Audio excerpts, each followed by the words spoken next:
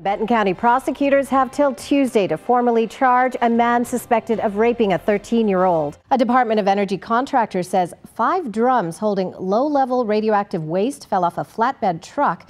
He believes that horses are just like athletes who need prime conditioning to stay competitive and healthy. Workers there alerted police, who then surrounded the area and found Chang hiding in the ceiling of the building. It's really a talk about a passion for these vehicles. This 6-week program is helping to bring confidence to vets.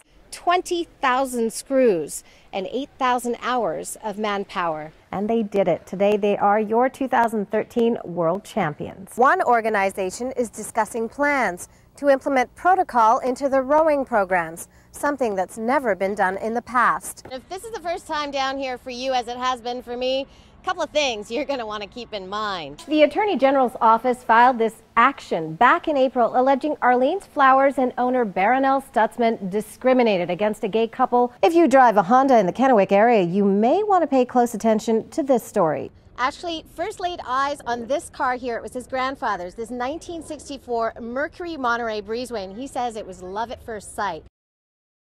Good evening, I'm Skylar Shrivastava. Thanks for joining us tonight. A suspect arrested in connection with a Prosser murder says he stabbed Preston Yanni and ran over him in his car before setting the vehicle on fire. Criminal assistance. Todd Stewart at the witness stand today in his ex-wife's murder trial in Franklin County. The former Pasco man was acquitted of trying to kill Tasha Stewart's adoptive mother back in 2011 on his new trial date. A suspected pedophile charged with child rape just 2 days ago returns to Benton County Court to face more charges today. 41-year-old Jonathan Coleman is charged with the rape of a second teenage girl. Coleman will be in court September 5th for pretrial motions. His bail has been set at $30,000. A man convicted of raping his cellmate at the Franklin County Jail 10 years ago returns to court today to try to get his sentence dismissed. David Webster was sentenced to more than 20 years in prison after a jury found him guilty of second-degree rape. Webster is also serving a 26-year prison sentence for an unrelated murder on an assault case. A former Hanford High School teacher who pleaded guilty to communicating with a minor for immoral purposes has his status hearing pushed back in Benton County Superior Court this morning. Daryl Wachinski took a plea deal in March. He worked in the Richland School District for 19 years. A Wapato man is hospitalized after police say he was shot multiple times last night in Toppenish. Police say it had a condition. Police are investigating. Evacuation still in place for parts of Kittitas County because of the Collicum Tarps fire. For the next 24 hours, people living in the Upper Park Creek, Upper Collicum, and Secret Canyon area in 70,000 acres. The U.S. Army Corps of Engineers trying to determine the history behind a human skull found in the Snake River. Walla Walla County Sheriff's deputies say years of age. And 17-year-old Cassidy Almquist of Kennewick, the young girl paralyzed 3 weeks ago after an accident, got a lot of support from her community today. Friends of Cassidy held a fundraiser at the Little Red Ice Cream Truck. 2 wins for gay marriage rights today after a major Supreme Court decision. The court struck down a key provision of the Defense of Marriage Act by a vote of 5-4. The plan is not approved. Well, you may have seen helicopters hovering around the city of Ellensburg all day today. Crews from across the state training for the upcoming fire season.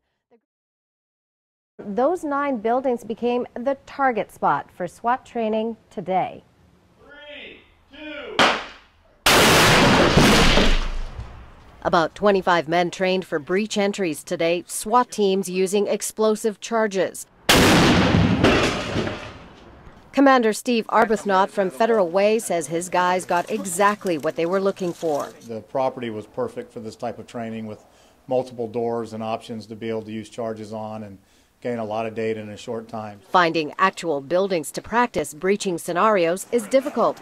So when the Port of Kennewick stepped in with a property at 305 Columbia Drive, it was a no-brainer. Port of Kennewick Commission President Skip Novakovich was instrumental in getting this venture going. We were able to provide some buildings that were going to be torn down anyway, and offer them to regional SWAT teams to practice some demolition on these buildings with explosives. Port staff worked with members of the Tri-City Regional SWAT team to coordinate the field training sessions. This unique training op gives officers hands-on, real-world experience using explosive charges to breach doorways and gain access to buildings during hostage and other crisis situations. Novakovic says many of the Tri-City SWAT team members have encountered some real-life hands-on experiences at the exact location where the training was held today.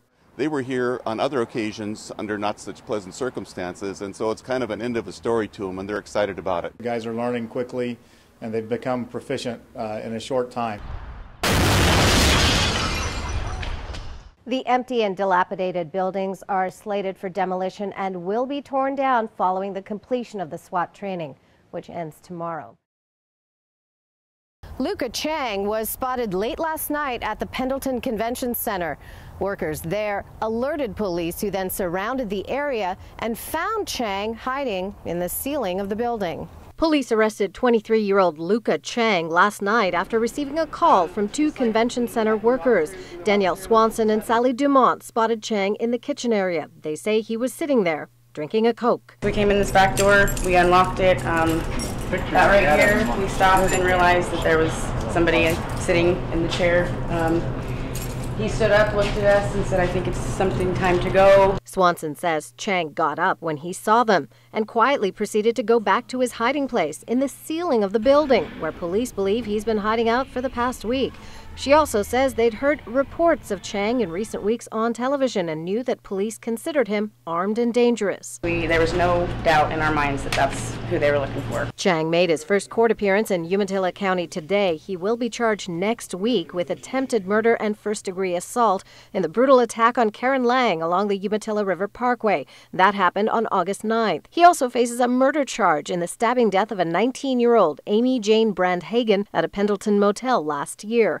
Umatilla County DA Dan Primus says this has been a good day. It's an absolute relief for everyone in the community. I know law enforcement has really put a lot of resources and time and and emotion into this case, so it's a real relief for them as well. Primus says the investigation has also revealed Chang served in the military. He spent some time in the Marine Corps, and after some service had deserted the Marine Corps. He says they're looking for any ties Chang may have to other unsolved cases. As for Swanson, she says she's going to sleep a little easier tonight. And I'm glad that he's off the streets and can't hurt anybody else.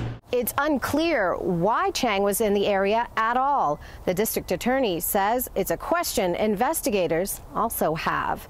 Live in Pendleton, Skylar Shrivastava, your local ABC. Mike Watkins has been massaging racehorses back to prime condition for about a decade now. He started after he suffered a back injury himself and went through therapy. He believes that horses are just like athletes who need prime conditioning to stay competitive and healthy. For Mike Watkins, horse massage is a passion. Through gentle or strong manipulation, he rubs and kneads the animal to relieve pain and relax the muscles. We ask them to do some tremendous things, jumping over fences, racing around barrels. They're athletes, and you show me an athlete that doesn't have chiropractic or dentistry or massage to help. It's another piece of pie in the overall horse's health. For horse owner Kelly Burricello, it's the best care possible for her 7-year-old mare, Lacey. You can tell she's not in pain. She's not swishing her tail or fighting me at all. She just wants to go out and do her job and does it correctly.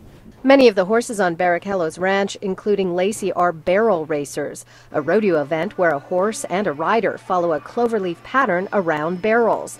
She says it can be rough on the horses and believes Watkins offers the best conditioning and recovery. Horses are built just like humans. I mean, they have muscles and tendons and bones and ligaments, and they are athletes. Each session is about an hour long. Watkins finds the horse's sore spot and, as in human massage, gently works on those areas. He knows it's working when the horse licks its lips. It's definitely worth the time and the expense. $75 to have my horse feel great afterwards and go out and perform.